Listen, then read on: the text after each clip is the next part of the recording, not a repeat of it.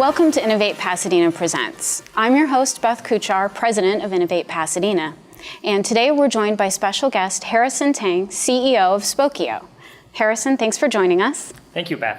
So, for anyone who's ever searched for another person online or run some sort of a people search, I'm pretty sure they've come across Spokeo. Could you share a little bit about what Spokeo does? Yes, of course. Spokeo is a people search engine that helps about 18 million unique visitors a month to search, connect, and know who they're dealing with. That's a huge user base, and I know you have over 200 employees currently, is that correct? Yes. So you didn't start off successful, obviously. Can you talk a little bit about how you got started with Spokeo? Sure, yeah. We started as a social network aggregator in 2006, right when I was doing the master's in college. And then at that time, there was MySpace, if people still recall. MySpace, Yeah. Friendster, Facebook, and then there's a social network for every use cases, every audience. So we thought it might be a good idea to create an aggregator to help people streamline their digital lifestyle. And that's how Spokeo got started. Interesting. And so you're in grad school at this point. Mm-hmm. Where again? Oh, I went to Stanford. Stanford, yeah. Nice. So you're in grad school and you come up with this idea. Did you have other people that you were working with on the idea or that you brought in with you? Yeah, I work with my co-founders who happens to be my roommates. And a lot of people actually ask why is it always roommates? And actually the answer is quite simple. It's because no one else wanted to join at that time, Of course. The competitive advantage that I had against, let's say, Facebook, Google of the world, because my roommates are great computer science engineers and electrical engineers. They can get any other job out there. So the competitive advantage I have is simply peer pressure. The fact that I know them and I said, hey, if you don't join, what kind of friend are you? That's the only thing I have. That's why twist their arm into working with you. That's right, yeah. So that's why all my co-founders are my roommates. And actually, a lot of companies, especially where their co-founders are right out of college, their founding teams are own roommates. And I think that's probably one of the main reasons. Interesting. So there must have been something special about some of the people that you were working with then. What were some of the key features that kind of made you guys work well as a team? I think for our founding team is simply because we know each other so well. One of the co-founders is the 4 years roommate with me in undergrad. Oh. The other is my roommates for 2 years in masters. And then lastly is my dorm mate in freshman year of college. So the fact that we know each other and we actually have very diverse backgrounds. One of the things people don't know is that before you go into Stanford, they actually ask you a list of questions about your habits, what you like, your preferences, and all that stuff. And then people think that they're going to pair you up with a roommate that shares the similar... matches you, yeah. Yeah, but the truth is they pick someone that's the complete opposite. Okay, so for example, I like Asian pop music, my roommate, and now my co-founder and my business partner, likes 70s rock. I sleep late, he sleeps early, and all that stuff. So it's just it's a very diverse, completely separate, completely different personalities. But somehow we learn to live with each other. And actually, we lived not just 4 years in college, but also another 4 or 5 years when we were starting the company as well. Interesting. So you get a diverse group of people, you can challenge each other somewhat and learn something new, and that's really a great foundation for a business. Mm-hmm. So you mentioned you lived together 4 or 5 years after as well. Uh-huh. Where were you living? What was going on? You're trying to get Spokeo up and running. Yeah, so Spokeo actually started in my parents' basement in Saratoga, NorCal, Saratoga, California. And in the beginning, because it's very hard to get funding, especially with no prior track record. So, right. So we can only get funding from the stupidest investor in the world, which is our parents. And then we were living in my parents' basements and all that stuff. So that's why we kind of were roommates in the beginning of the Spokeo years, because there was simply not a lot of funding, and also just that it's cheaper. Yeah, save money on overhead by living in the parents' basement. Yes.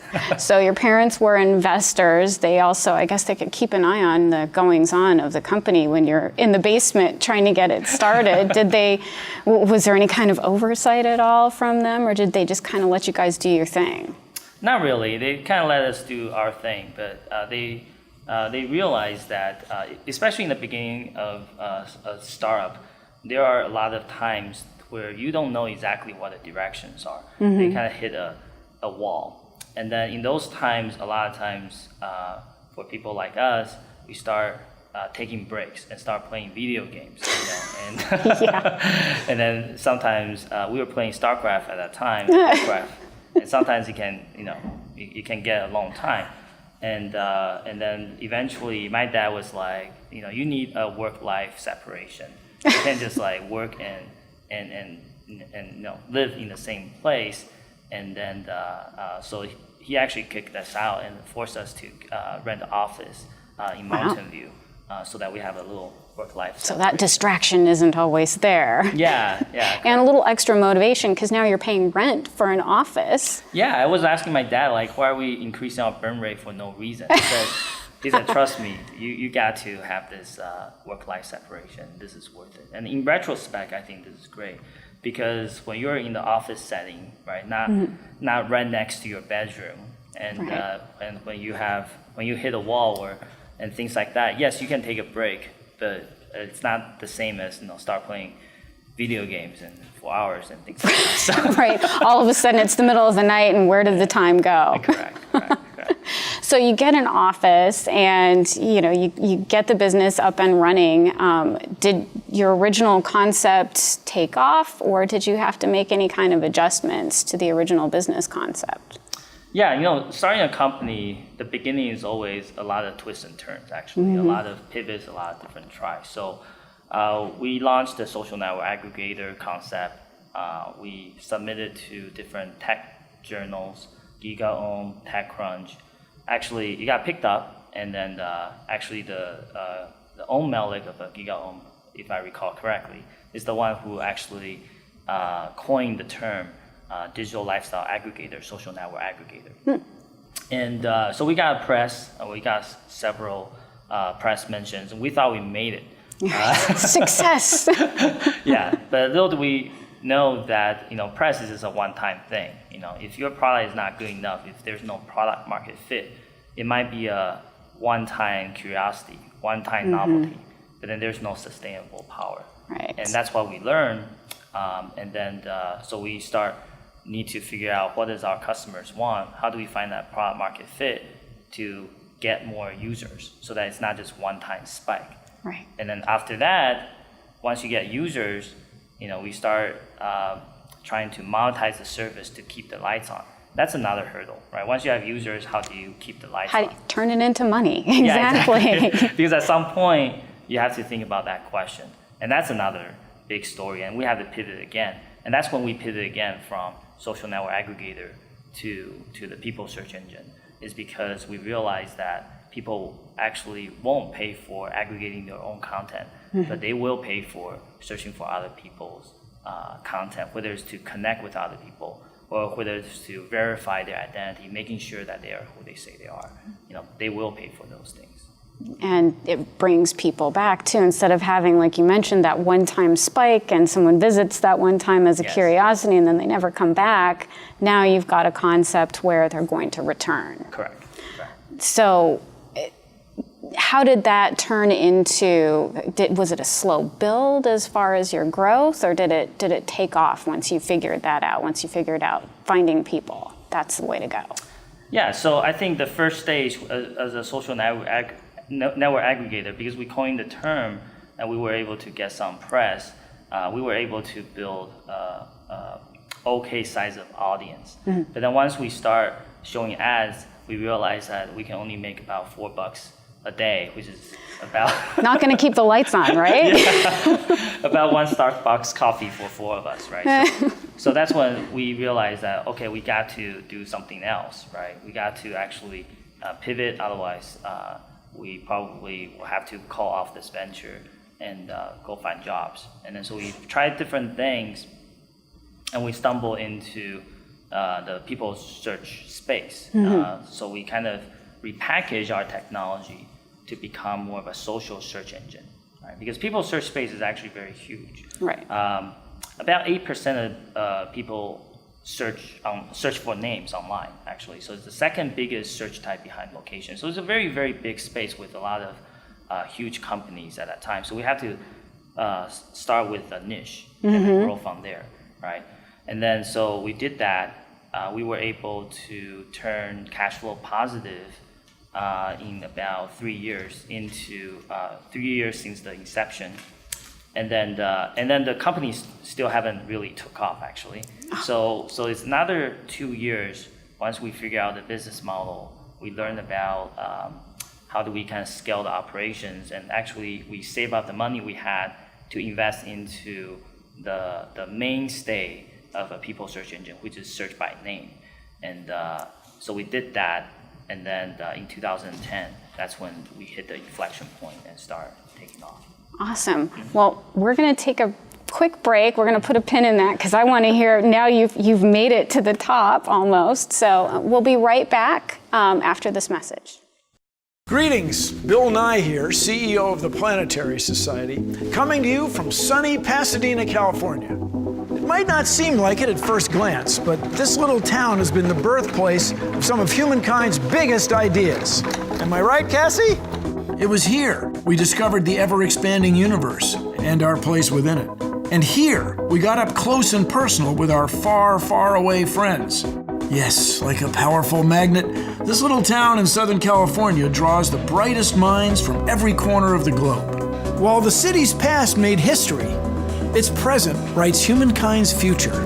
Today, a new wave of brilliant minds carry the torch, and with gazes fixed permanently upward, make it their mission to uncover the universe's greatest mysteries.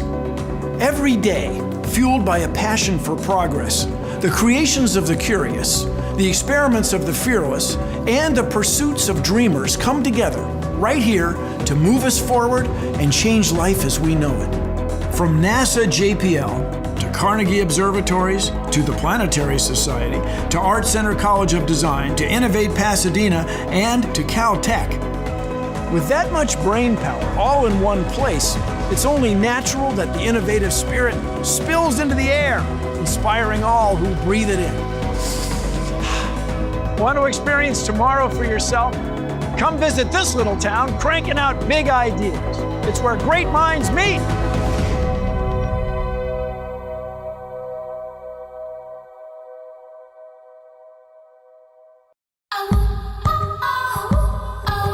Made a brick and made a stone. You hold my life and everything I've known.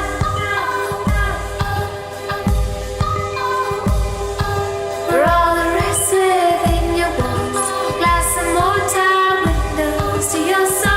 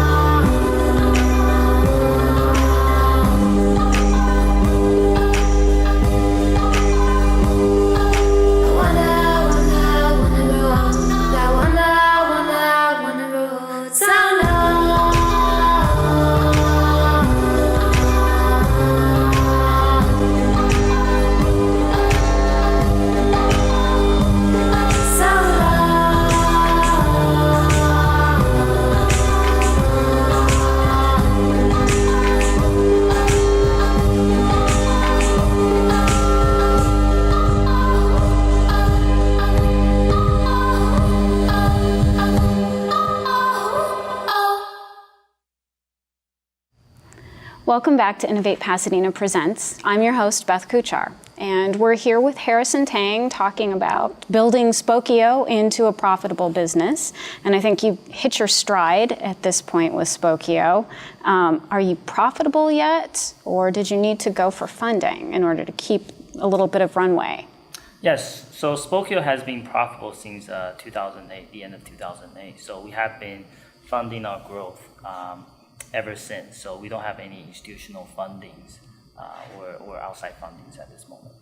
That's really unusual. In 2 years to get profitable and sustain your business, that's quite an achievement. Was there any kind of trick to it, do you think, or? No, I think in some ways, it's a little bit of a luck, right? Mm-hmm. So when we actually needed the funding, we tried to look for the angels and VCs. No one wanted to give it to us.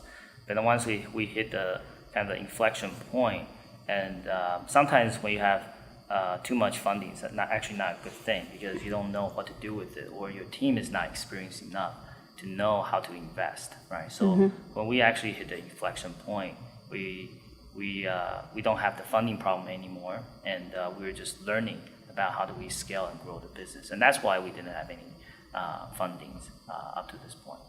So you mentioned something earlier, and I just want to clarify, is this your first job ever? Yes, so fortunately, unfortunately, this is my first and only job so far. And it's hard to bring an investor in when this is your first job. And I mean, I think now if you did something else, they'd be climbing all over you. Yeah, my LinkedIn resume is like probably the shortest of all my classmates. CEO of Spokeo, and that's it. Yeah, that's right. So That's very, very fortunate and very, very grateful of the opportunity. Learn a lot through this experience. Even though it's my first job, but it really is a accumulation of many different experiences, learning different things. In the beginning, it's about product design, UI, UX, and then I have to learn about operations, payments, and I have to learn about marketing, data, technologies, right? So even though it's only one job, but it's really the opportunity to learn many different things. Absolutely. When you run a business, you wear all the hats. You have no choice, right? For people starting out, you got to know how everything works. So is there any advice you might have for an entrepreneur who's looking to get started today? Yeah, I think the main advice is that all the entrepreneurs should ask themselves, will there be regrets? Because I think at the end of the day, the chance of success is not high. And there will be many, many different challenges. You can never get prepared for starting a company. Actually, I have 3 boys too. You can never get prepared to becoming a dad too. It's the same thing. Parent of a company, parent of children, right? Yeah, exactly. So I think the only thing, because you don't know what's coming, what's going to come. You don't know what challenge is going to come. I think the only thing is, are you mentally prepared to take them on? And I'm not trying to say that when there's a challenge that presents to me in the beginning of this morning or next morning, I won't be a little bit daunted for a couple seconds, but I can assure other people that I'm always ready. I will always be ready and take it on, like face on, right? So I have that kind of mentality, and I would ask the entrepreneurs that, are you ready to take them on? And will there be regrets? If there's no regrets, just do it. Because if you think too much, based on my experience, you are never going to do it. That sounds like good advice to get started with. So you were up in the Bay Area running your business, and you were in Pasadena now. What sparked that move? Why did you move your office down here? Yeah, I think, first of all, I was born in Taiwan. I came to the United States when I was 13, and then I actually went to the Bay Area first, right? And then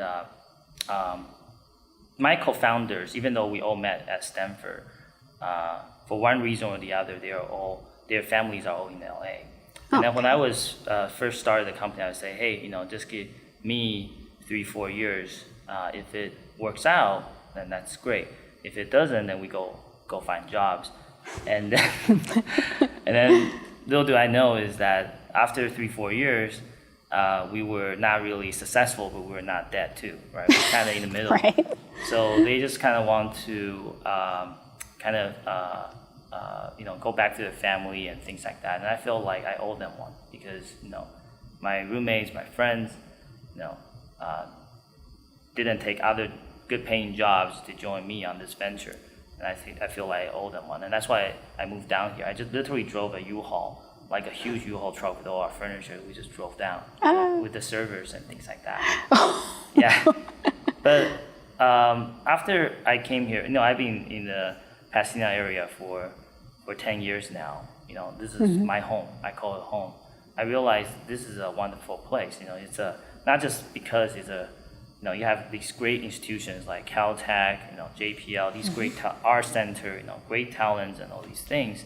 Not just because it has rose parades and beautiful city, but I think it has a very interesting culture, a very diverse culture. That's very, very different from Bay Area. It's not just everyone is talking about tech, everyone is talking about engineering. The fact that you have all these very, very diverse cultures, diverse people, rounded talents. I think it really give me new perspectives on how do we grow the company. That's, your company has great culture too. I visited you for lunch. You have lunch brought in every day. And you have really cool conference rooms. I liked your Game of Thrones room that you have. But you've got a great culture. Can you talk just a little bit about some of the things that you have over there? Yeah. So I think first of all, culture starts from kind of a mindset. And our mindset and our values are about transparency, openness, trust, right? So you start with that. And then from there, we have a culture team that actually do all these great things, whether it's the food, whether it's actually they themselves painted the walls and decorating the walls, right? All those initiatives, honestly, all I did is just say yes, right? I just approved the budgets, They actually took it on. And I think that is a sign of trust, a sign of trusting our culture team to actually take the values, the core values of Spokeo, and actually reflect and project those values. And it really builds a good rapport with everyone too. I mean, it's team building. Yeah, correct. Because at the end of the day, no single person can do everything. At the end of the day, it's about teamwork. It's about how do you trust your teammates? How do you empower your teammates, your colleagues to succeed? And you guys are also really involved in the community. Your company is very involved in the local community. Your employees volunteer. Spokeo has been a supporter of Innovate Pasadena since the very beginning.